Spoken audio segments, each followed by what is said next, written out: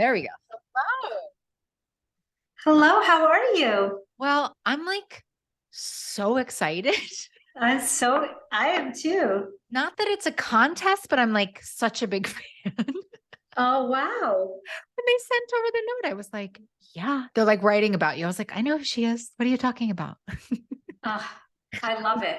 I'm like, I'm good. Don't even send me a galley. I'm great. I'll buy it Oh, on my own. love it. Thank you. So, welcome to the show. Thank you. Thank you for having me. I mean, thrilled as Uh, evidenced by my big fangirling.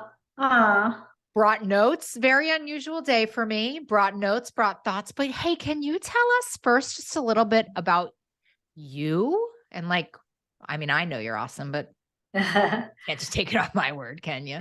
it, yeah, so I speak a lot about my own journey because I was given basically it's the opportunity to come to the USA when I was young, 5 years old. And soon after we got here, like a year or two later, we got the bad news. And this bad news was the same news that like every person in my family had gotten.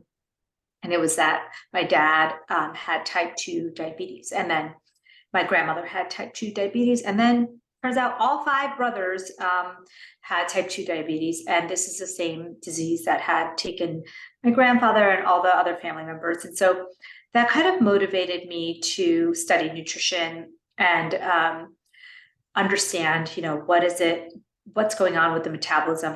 Why is seemingly healthy people not able to handle their blood sugar? And so I went to nutrition school at Cornell. And then when I got done, I really wanted to figure out how food affects the body.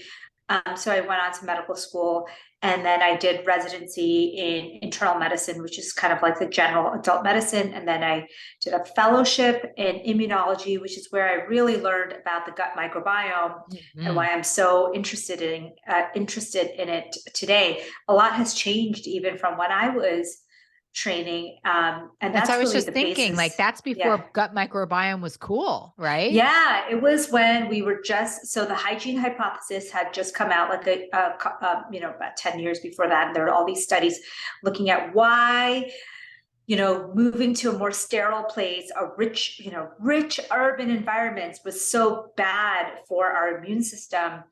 Mm. And so that was what the research was focusing on.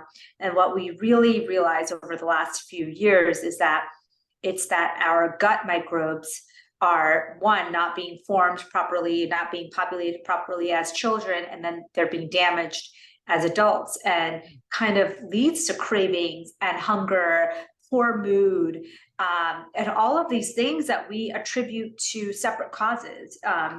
So I thought, wait a second, we're missing the big picture here. And I usually say big picture, meaning brain, inflammation, gut, like big picture of what's happening, why we're all suffering from these diseases and also mental health problems. Oh, to say the least. Yeah. Right?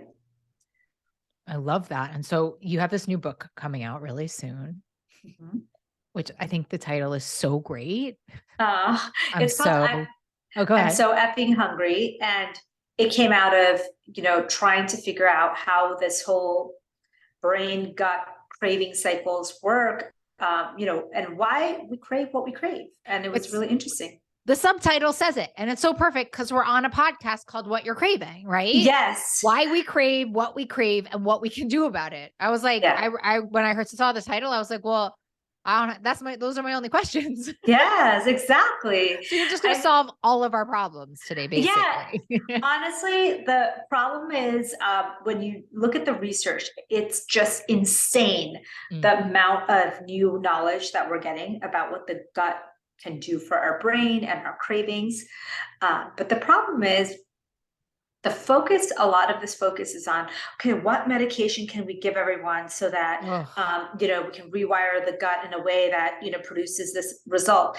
And so what I try to do is like, okay, wait, but before we get to the $1 billion drug, which, I'm sure will happen, let's talk about the things that we can actually do today proactively to improve this, both the gut and the brain connection. What part of your upbringing, the Indian heritage, South Asian heritage, right? Yeah. What part of that influences how you write and teach and Yeah. train and treat people? Like, what parts of that do you bring into all of this in the book and in your life? It's so interesting because living in India for a few years of my first, childhood years, it was like being in a time machine. Like I went in a horse carriage to preschool. I mean, Wow. it was like, everybody played outside and nobody went to there was no supermarket, right? Like there was just like these small farmers that would sell their food. It was literally like being in a time machine Mm, and seeing what life was like, before all of this started to happen. mm, And so that definitely influences me because even after we came to the US, we'd go back every summer to see the family. And I got to see a very different way of living, a very different way of eating. And I saw it change over the years and become more processed and more similar to the refined foods. In fact, today, if you go there, there are big grocery stores with processed packaged snacks. And that just wasn't the case when I was a kid. So I had to, when I was doing this work, I just realized like, oh yeah, that's how it was then. So I'll give you an example. I tell my kids this example. One summer when I was in maybe fifth or sixth grade, I went to India for the summer, the whole summer.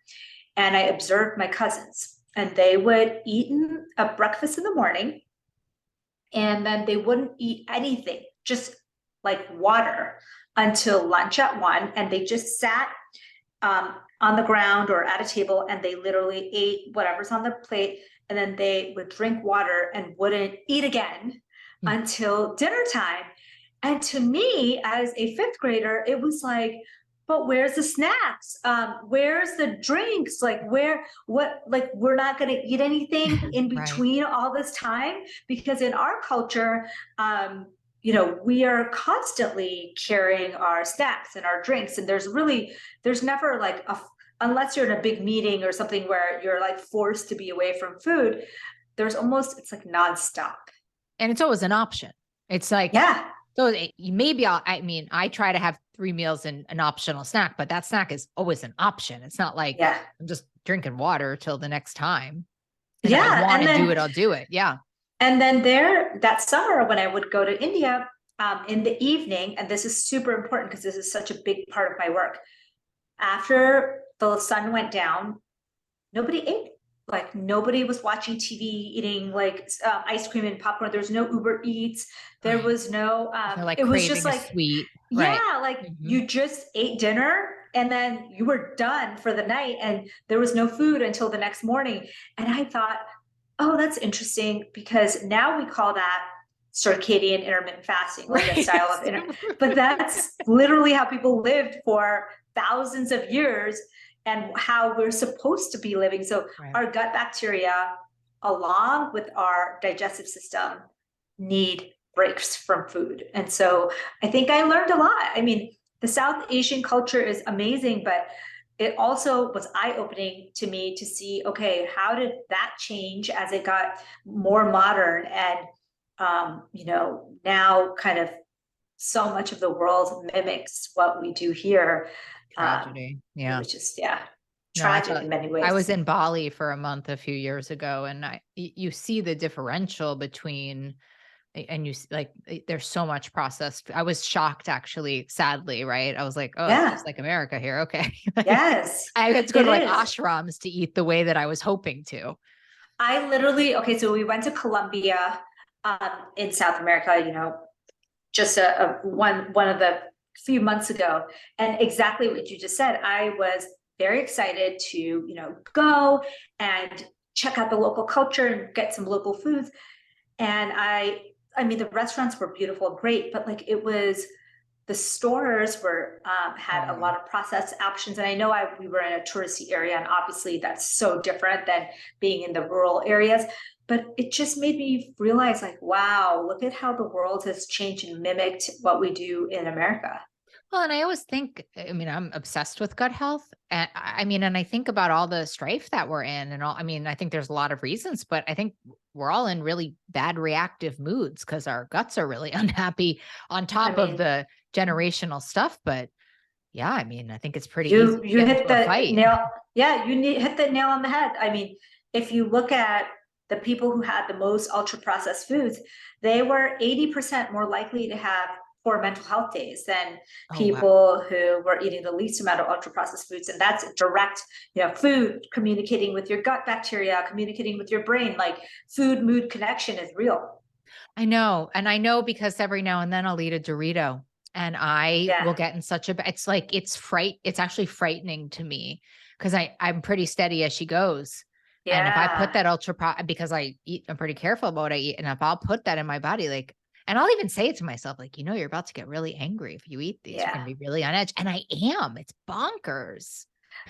I wish people, and this is probably a very controversial thing to say, but Do I it. wish people realize how irritable and angry eating a processed food diet makes you. So when you look at someone who's really irritable and angry and they just look unhealthy, you just wonder, like, what is their diet like? I mean, is Well, there and we're some, also like trying to put them on Wellbutrin. It's yes, like I don't know, like that bothers me in yeah, my own personal beliefs. Not to say I don't believe in, antidepressants, but if I'm eating a Dorito and it's making me angry, and maybe the same with children or whatever, like maybe we have to move back. You and I are really on the well, I same page. mean, yeah, This is like a so same page podcast. yes, there's this these new obesity and diabetes medications, Ozempic, and Yeah, I know. they are GLP-1 agonists. So GLP-1 is a hormone that makes you satisfied, satiated, right? Mhm. So there are actual natural foods and natural ways you can stimulate your GLP-1 Can you tell hormone us them? production. Everybody only wants to know this. Yeah, exactly. So I'll give you a list, but I want to say there, you know what? I have it written down. Let me look, Of let me course you do. give it to you. Because the thing is that if you actually use the natural ways to, pump up your GLP-1 production, you don't have to worry about when you go off of the medicine, like what's going to happen to you because you're already going to have that production with food, Can I ask you an aside question since you're a Yeah. doctor and you're on my like I don't feel like these outcome studies from Ozempic are really clear yet. Like long-term efficacy, um long-term side effects, like what are your thoughts? I mean, I have to say I've treated a lot of people that are on it and I think it's really useful. I'm just curious about what you think about them in general for maybe those who need it. Like, there's a lot of Yeah. skinny people taking them, which is frightening to me, but diet Yeah. culture will never stop impressing me. I know. It will never stop impressing me. Um, but what do you think? What is your kind of gut say Okay. about, Yeah. Okay. But here's the thing, we have a huge problem on our hands. yeah, And so any form of a solution is helpful. is So for some small group, this is going to be the thing that puts them on the right track and right. helps them change their ways, right? Because I don't really think that this medication, with the price that it's at, Yeah. is really going to be something that the entire population is going to want to take or be able to take. And I agree with you that the studies aren't really clear. Long-term studies aren't really clear. I definitely don't think that it's the right solution for everyone. That's the The part way that it's, feels so, and listen, I was one of the first people to get bariatric surgery a billion years ago, ate my way yeah, through it. Another podcast for another day. And I think that I have the same feeling about bariatric surgery. It's kind of the best we can do. The yeah. studies look pretty good, but when I did it, I didn't know that much about the long-term efficacy of it or the long-term side effects. Now, yeah, exactly. There's so many things that come up as you Oh yeah. start using it. Okay, so foods Okay, we're back that, to okay, friends. We're yes, about foods that are going to help us to stimulate GLP-1. Okay, the so a fullness. GLP-1 agonist is what semaglutide and the family of those Ozempic type medications are. We're But eating there are, Ozempic, is what you're saying. yes. So um, there are curcumins, so turmeric, Oh, cinnamon, oh, um, resveratrol, what's that? nuts. Resveratrol is like a supplement. It's like uh, so people take it a lot for heart health. Oh, interesting. Nuts, Oh, and tea, especially they've seen a lot of studies with yerba mate tea, hmm, which, traditionally in those cultures had been used for appetite control, but they didn't really know why. And it right. looks like it's because of that GLP-1 effect. And so there's so many things, like if you're eating, so many ways of satiating you when you're eating for gut health. Like, I just think that when I looked at all the data, what I concluded at the end of this is that our gut bacteria will work for us if we give it food that it loves. Mm, Um, and we are starving them, and we are stressing them out, and we are keeping them awake, and we are, so what I mm, mean is they're little organisms that they're not as advanced as us. They don't have a brain, and but they have needs, basic needs. They need rest. They rely on circadian rhythm input. They have food preferences. They uh, respond to things in our body. And so if we want to have them help us in the way that to improve our mood, to help us with cravings, mhm. um, we have to feed them the right foods. What about these? So the right foods are some of the ones that you're saying. Like this word superfood has lost all meaning. And I'm really curious what you say a superfood is and then what superfoods are. Like Yeah, I superfood. don't think superfoods need to be these like exotic foods that you can only buy at a specialty market. These I get asked all the time, like, oh, where, I heard about this berry, Right. amla berry, for example.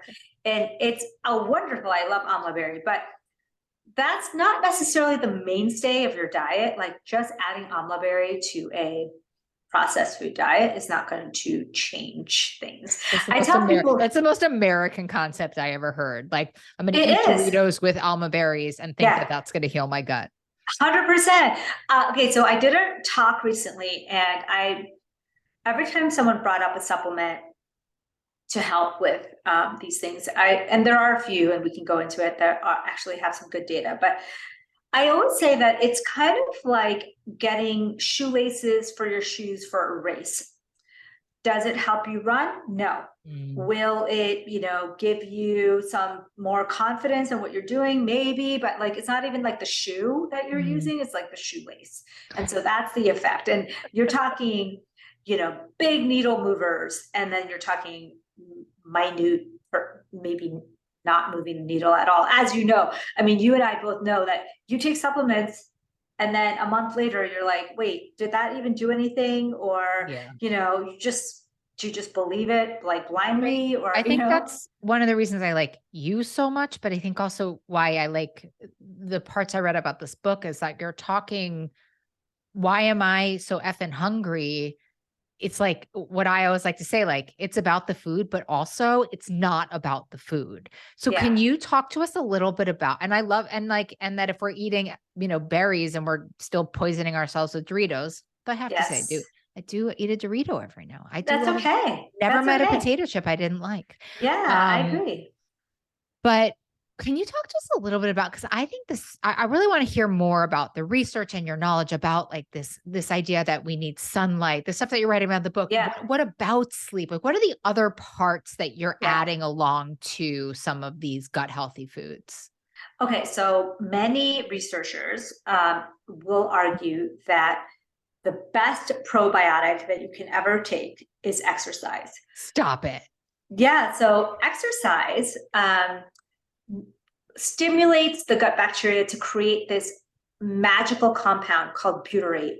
And butyrate goes to the brain, makes you happy. Butyrate goes to all the sites around the body and calms inflammation down. It's kind of like the happy chemical that gut bacteria make when they're full or when you're exercising. Huh.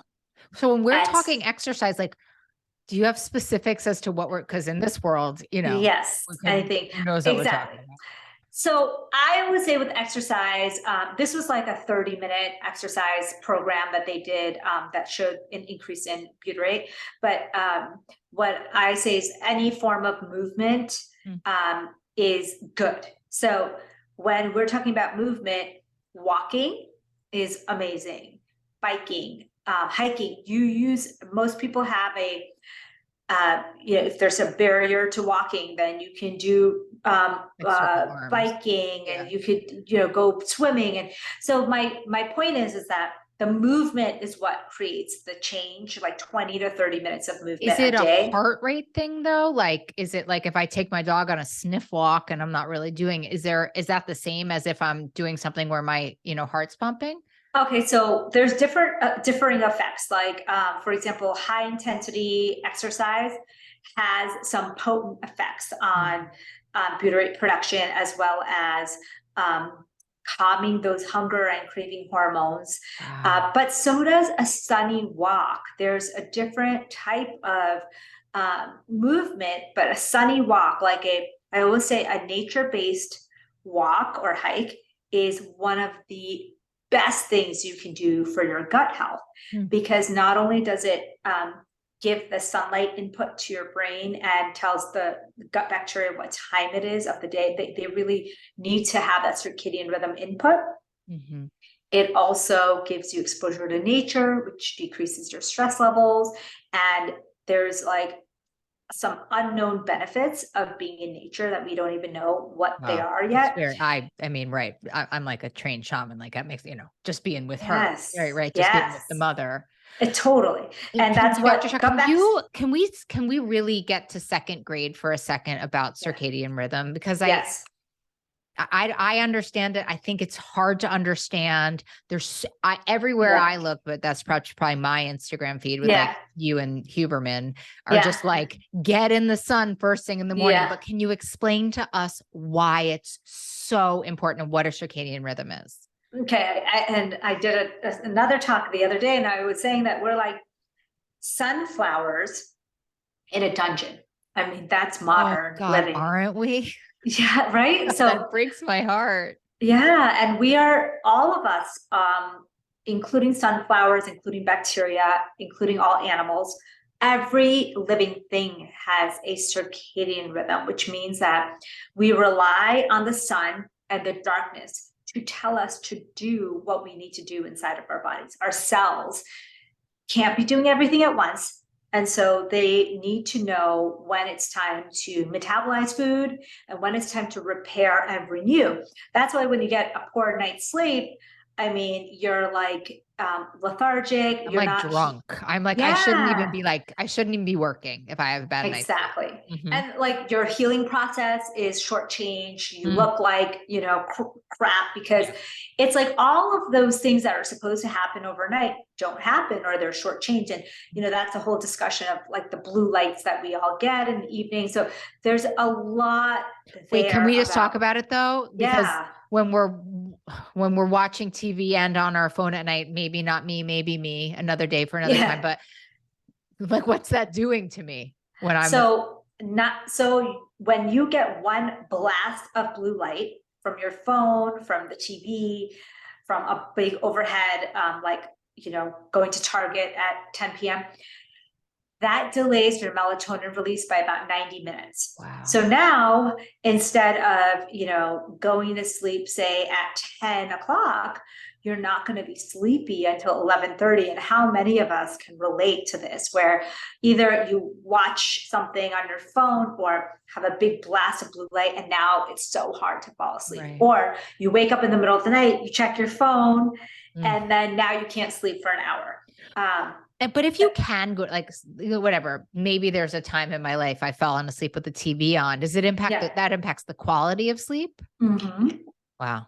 So they did a study this was a weight loss study, and they had women sleeping with the ambient light, like a TV on in the background or a light on. And then they had women sleeping in a pitch black room, and without changing anything else, the women sleeping in the pitch black room lost more weight than the women sleeping with lights. What do you attribute it to?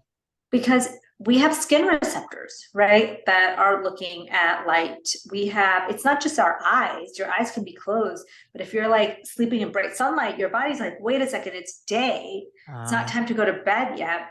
And so for me, what that meant is, oh, wow, this means that I really should make it a point to turn off all the things in the room. But like your cortisol, all the hormones are also saying, oh God, we have to be awake. It's morning, even though it's 12 o'clock at night and Friday Night Lights is on the TV.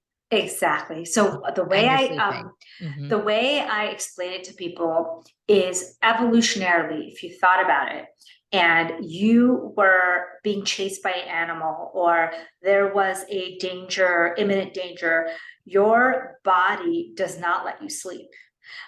Because it does not want you to get killed. And so when your body senses that it's day, or that there's a danger, or that that email that you read right before you go to bed, and you're like, oh my God, my life is falling apart. Like these are the things that keep you awake, because your body is protecting you. And so the circadian rhythm in general just helps our gut bacteria be like, oh, okay, I can rest now. I can create, I can rejuvenate. And then it's morning. And then the reason we get in the sun is to let our body know that it's sunlight, is so that we don't get into the dungeon with our little sunflowers. So we have these receptors in our eyes that are the strongest light receptors. And so when you see natural light, it sends signals straight to the brain, to the hypothalamus, to the control center, and then to the rest of the body that, hey, it's time to wake up. It's time to start doing all the things. So if you really want energy in your morning day without like that huge hit of caffeine, go outside first thing in the morning or within a few minutes of the morning and get that bright sunlight so that you can experience, kind of get that input and wake yourself up. So sometimes I'll say, if you haven't gotten a good night's sleep and you want to salvage, your cravings, your hunger, your energy levels, the best thing you can do is get a bright sunlight and move your body in the morning. And when you move your body, you up that cortisol, and you start to tell the body like, hey, it's time to start moving and wake up, and it can be really beneficial. Love it. Can I just pause for 1 second? And pause for 20 minutes. You're the boss. No, I will just.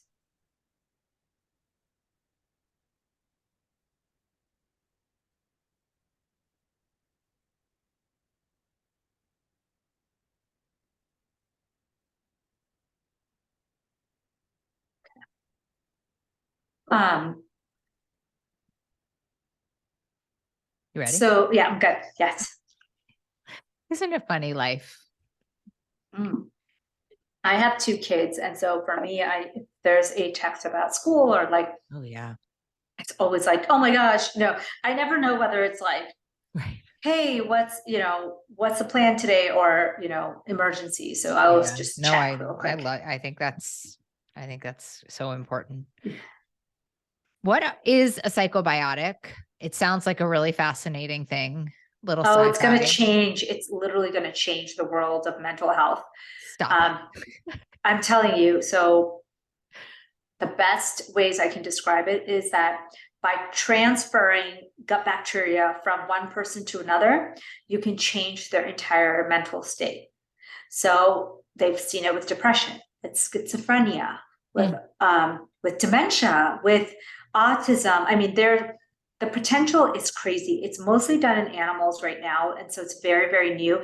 But the schizophrenia study, what they did is they took humans who had schizophrenia and they transplanted their gut microbiome and put it into germ-free mice.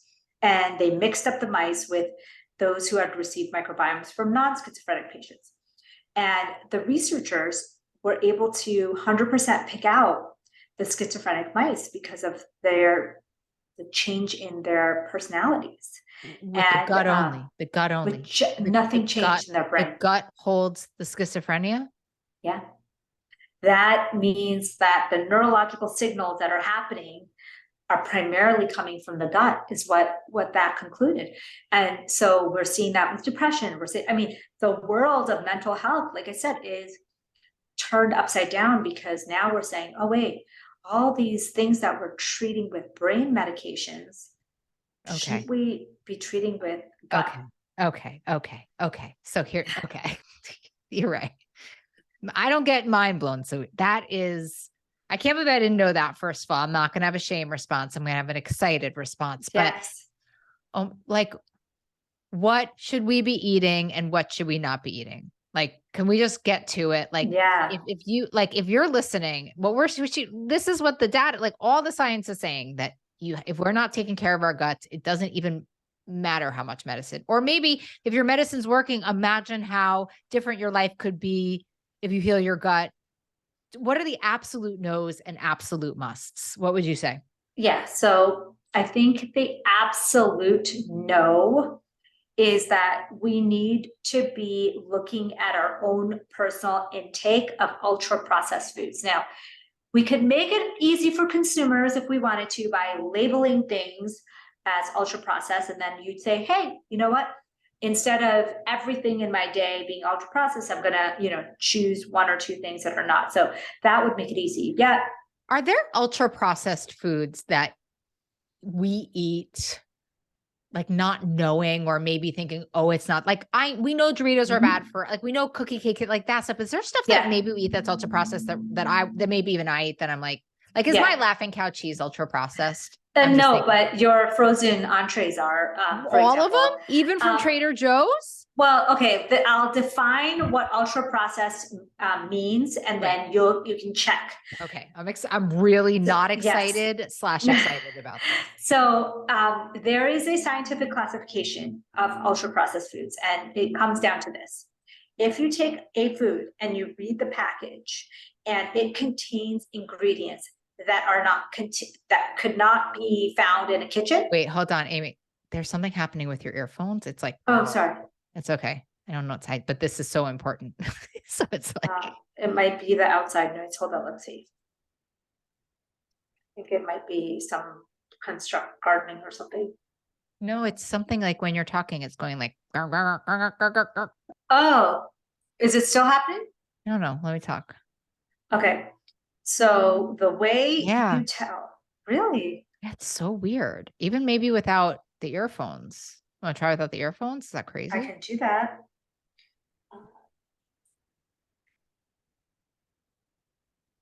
Can you hear me?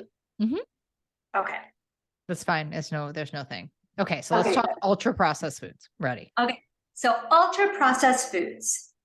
If you take your food item and you look at the back, and there are ingredients on there that could not be found in your kitchen or in any kitchen, so in any culinary setting, that's considered ultra processed. Meaning, if you cannot recreate it in your kitchen, even with the most professional kitchen, with every spice and ingredient in the world, would you be able to recreate that?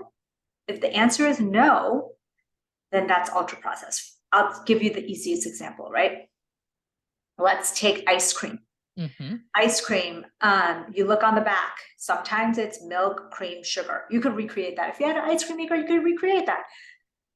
But often you look at the back and there are words there that are not, they're not foods. They're not food like they're not something you can buy. They're chemicals that are only contained in plants or found in a chemical lab. And that's how you define an ultra processed food. Okay. And so some of our things, like, for example, so like all like Amy's burritos, stuff that people think is pretty, like, that's what I mean. Like, that's a halo food then, right? Like, a lot of food I eat is ultra processed, and I never until this moment would have really, I guess if I thought deeper, but I think conveniently. No, you're absolutely right. So for example, if you take a frozen meal, for example, right? So if you look on the back and you see, oh wait, it's pasta, it's sauce, but then it's all these other words that aren't foods, right? So, and then I think about it, I'm like, how easy would it be just to recreate that at home? You know, I don't really need this frozen version of it. That's what I started to do in my own pantry with and like, especially with my kids. For example, they will ask me like, oh, can I go through drive through, or can I get this treat on the way home? And I think to myself, well, you know, it might just take 5 minutes to put it together at home.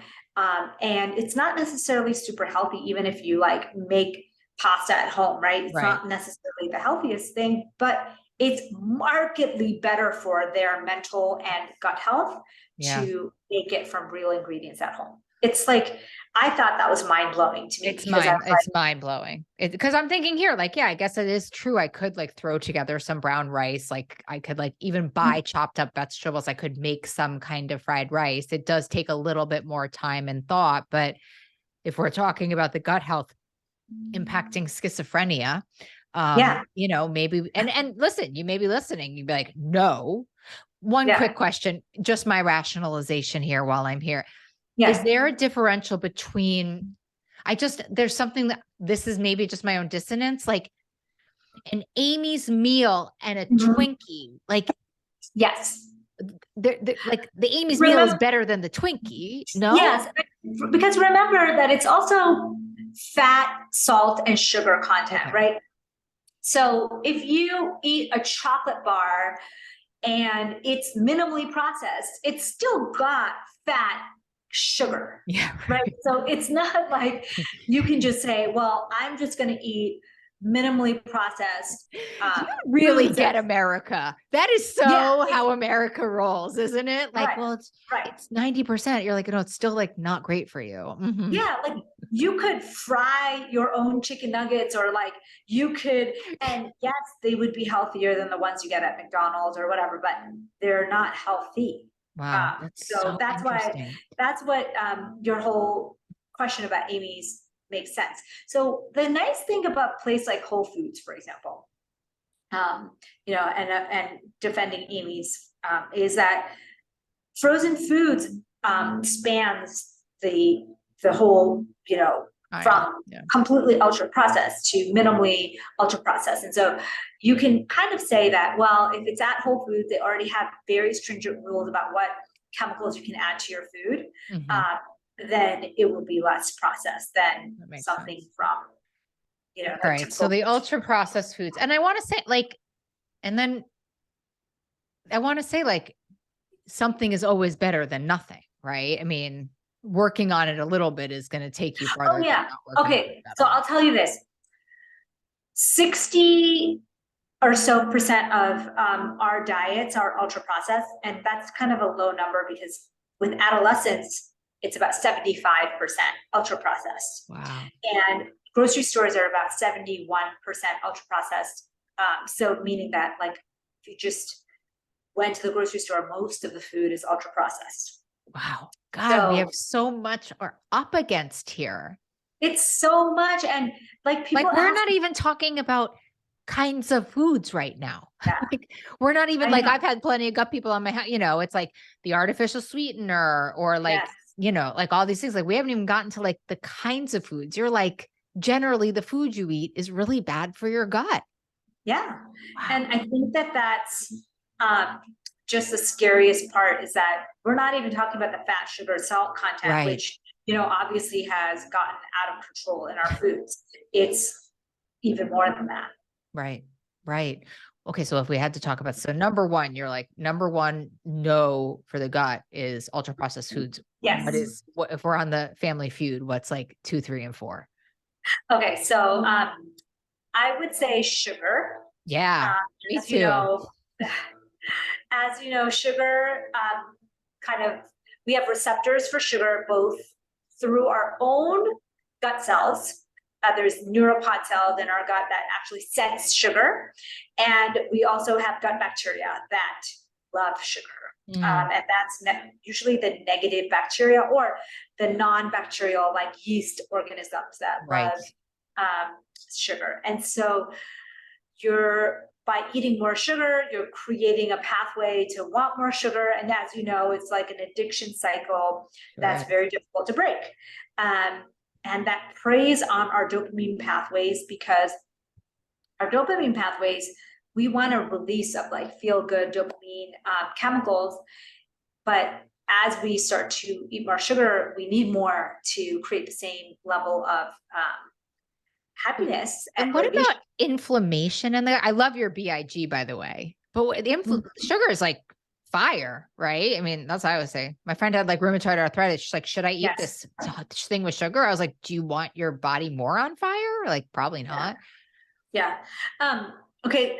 The way I think about it is that nature puts sugar into foods to make you want more of them, because we have this amazing brain pathway called the dopamine pathway. That's our craving pathway. And so when we do good things, usually like you find fruits and vegetables for your family, you know, when it has a little bit of sugar in it, it creates this feel good craving pathway. So you'll go and forage more for those foods. It kind of keeps you motivated, because the way dopamine works is, and this can be very negative in the modern world, but in the evolutionary way, you think about it, is that you get the food, it tastes really good, you get a release of dopamine, but dopamine is one of those chemicals that quickly the pleasure becomes discomfort. So meaning that keeps you going for more, because then you're going to be like, then you're wait, hostage. I want more of that, right? But it's meant to do that because it wants you to keep hunting for food and foraging for food, and you're supposed to keep. You're not supposed to be completely satisfied, you know, with doing one act of work. That is so interesting. I've never thought of it that way. Yes. Like, so what you're saying is like, we're not supposed to feel satisfied by a cupcake. We're actually supposed to be like, oh, okay, let me go run. Now I'm going to go run. I'm going to go find it. Not like, oh, there's 6 sitting in front of me. Yes. And that's why it can be really useful. Like, for example, when you finish a big project, right? You feel the sense of accomplishment. You feel so great, but you wake up like 2 or 3 days later and you're like, all right, I need to do another project even better than the last project. That's the story of my addiction. Right. So curious. I need to hear your brilliant doctor idea, because you're so smart. You're so well trained. Like, what is your take on, like, here we are talking about the gut and had these cravings. Like, what is your take on intuitive eating?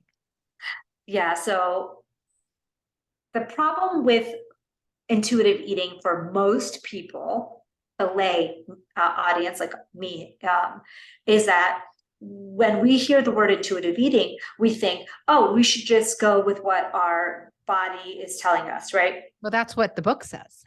Yeah. And my body says, hey, I want to eat a cupcake. Let's just eat a cupcake.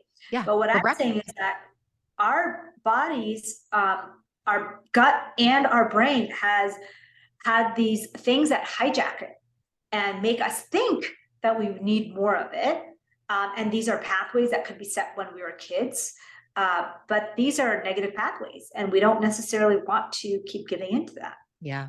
So the intuition is not actually intuition. Right. It's actually the dopamine pathway.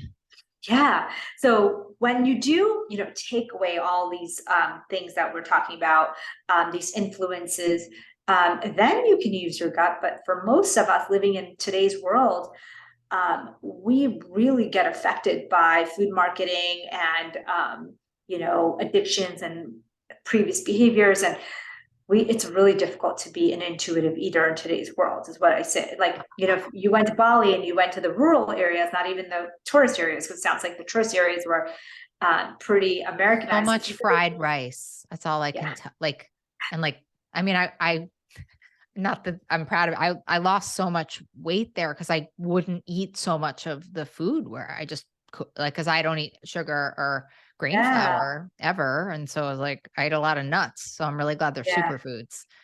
Yeah. That's mostly what I ate the whole time.